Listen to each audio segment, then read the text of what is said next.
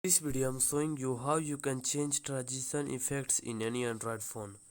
So firstly what you need to do to change transition effects in Android phone, firstly you have to go to your home screen and then you have to put your two fingers in the home screen and then move both of your fingers like this, and here you can see all these options appears.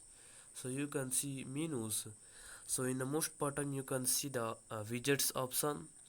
So you have to click on the you don't have to click on the widgets, you have to click on the settings in the bottom right corner, and here you can see the option of transition effects. Click on the transition effects in the top, and here you can click on any of the effects to show how it is.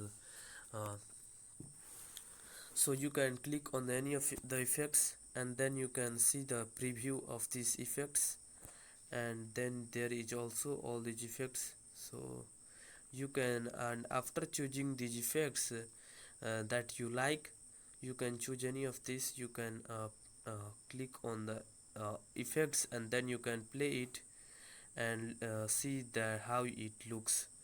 And after doing this you can, and if you like any of this, firstly choose it by clicking on this and then click on the done in the bottom, and so here like this, choose any of this and then click on the done button in the most bottom, and then click on the done in the top right corner, and now it is set.